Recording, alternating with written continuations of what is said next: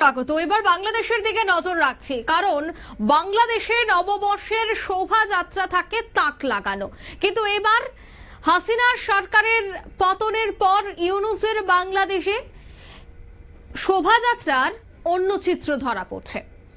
জানা গেল এই নববর্ষের মঙ্গল শোভাযাত্রায় নাকি হিন্দুত্বের গন্ধ, বদলে গেছে শোভাযাত্রার নাম।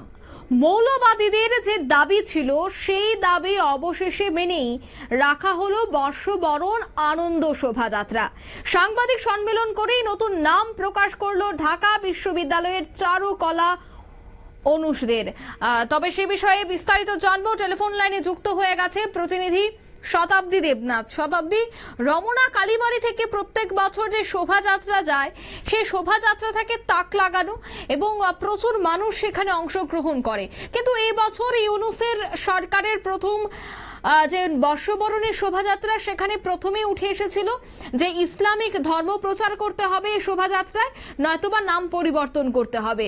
এই পুরো ঘটনায় এবার নাম পরিবর্তন করার সিদ্ধান্ত, কিভাবে দেখছো বিষয়টা?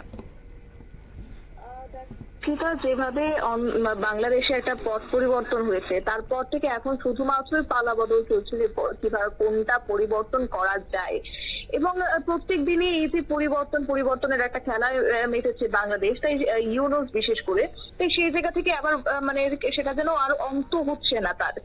ইতিমধ্যেই হাসিনা পরবর্তী সেই বাংলাদেশে এবার পরিবর্তনের ঢেউ কোথায় বেশি এসেছে না, ঢেউ তোরে এবার অবশেষে সেখানে নববর্ষের মঙ্গল যাত্রাতে তা ভেসে এসেছে।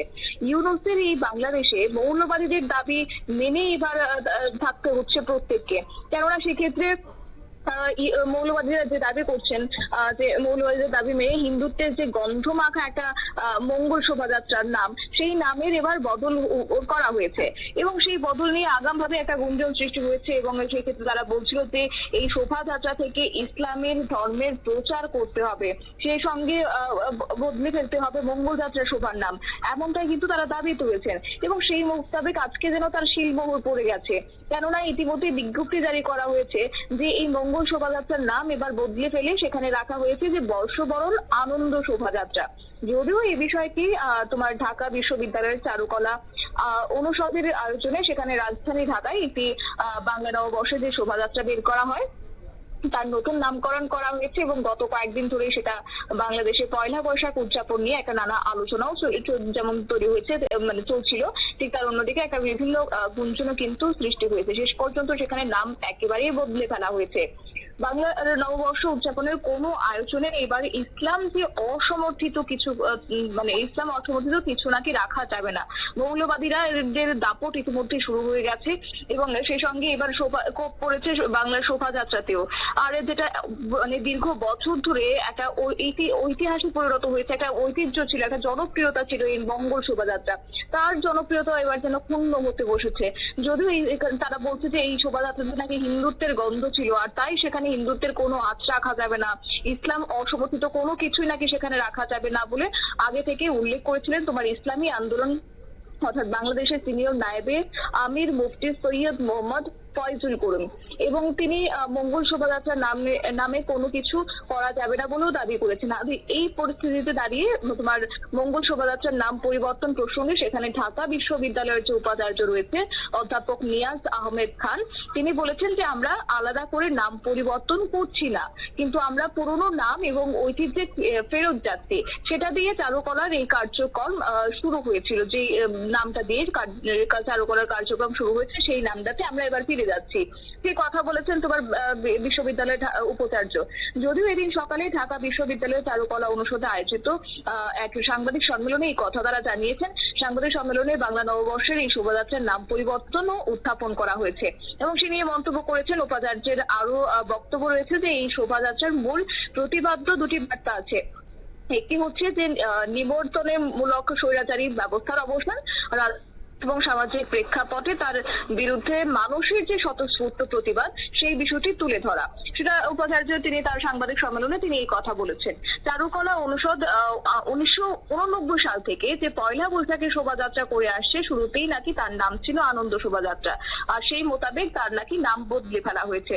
দেখো, এর আগেও 23শে মার্চ সংস্কৃতি বিষয়ক মন্ত্রণালয় সভাকক্ষে সাংবাদিক সম্মেলনে সেই মঙ্গল শোভাযাত্রার নাম পরিবর্তনের একটা ইঙ্গিত দিয়েছিলেন ইউনুসের সংস্কৃতি উপদেষ্টা মোস্তাফা সরয়ার ফারুকী।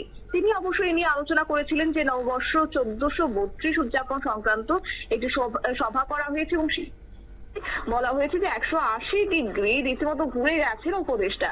তিনি মঙ্গল শোভাযাত্রার নাম পরিবর্তনের কথা নিয়ে উল্লেখ যেমন করেছেন, কিন্তু শুক্রবার তা স্পষ্ট করেই জানানো হয়েছে যে একেবারেই তাই, তাতে শিলমোহর পড়েছে। শোভাযাত্রা সেই নাম পরিবর্তন করে বর্ষবরণ আনন্দ শোভাযাত্রা রাখা হয়েছে। যদিও দেশে বিদেশে সেখানকার বিশেষজ্ঞদের যেটা মত যে আনন্দ শোভাযাত্রা নামটি বহু আগেকার, তাই সেটাতেই এবার ফিরিয়ে আনার চেষ্টা করা হচ্ছে। সেই কথা তার বিশেষজ্ঞদের সেই মতটা রয়েছে। অন্যদিকে দেখো, এই যে পরিবর্তন একটা চলছে, সেখানে আমরা গতকালকেও দেখেছিলাম যে বাংলাদেশের যে পুলিশের যে লোগোটা, সেই লোগোটা পরিবর্তনের প্রসঙ্গ কিন্তু তারা টেনেছেন যথারীতি। আর সেখানে সেই লোগোতেও সেই মোহর পড়েছে যে বৃহস্পতিবার পুলিশ সদর দপ্তরে অতিরিক্ত ডিআইজি তোমার নাসিমা আক্তার তিনি সই করা একটি চিঠিতে লোগো পরিবর্তন তথ্য তিনি জানিয়েছেন। যদিও সেখানে চিঠিতে বলা হয়েছে যে শীঘ্রই নাকি মন্ত্রণালয়ের নতুন লোগোর বিষয়ে বিজ্ঞাপন দুঃখিত প্রজ্ঞান যারা জারি করবেন। আর নতুন লোগোতে থাকবে জলের উপর জাতীয় ফুল শাপলা, ধান গমের শীষ এবং পাট পাতার টবে লেখা পুলিশ।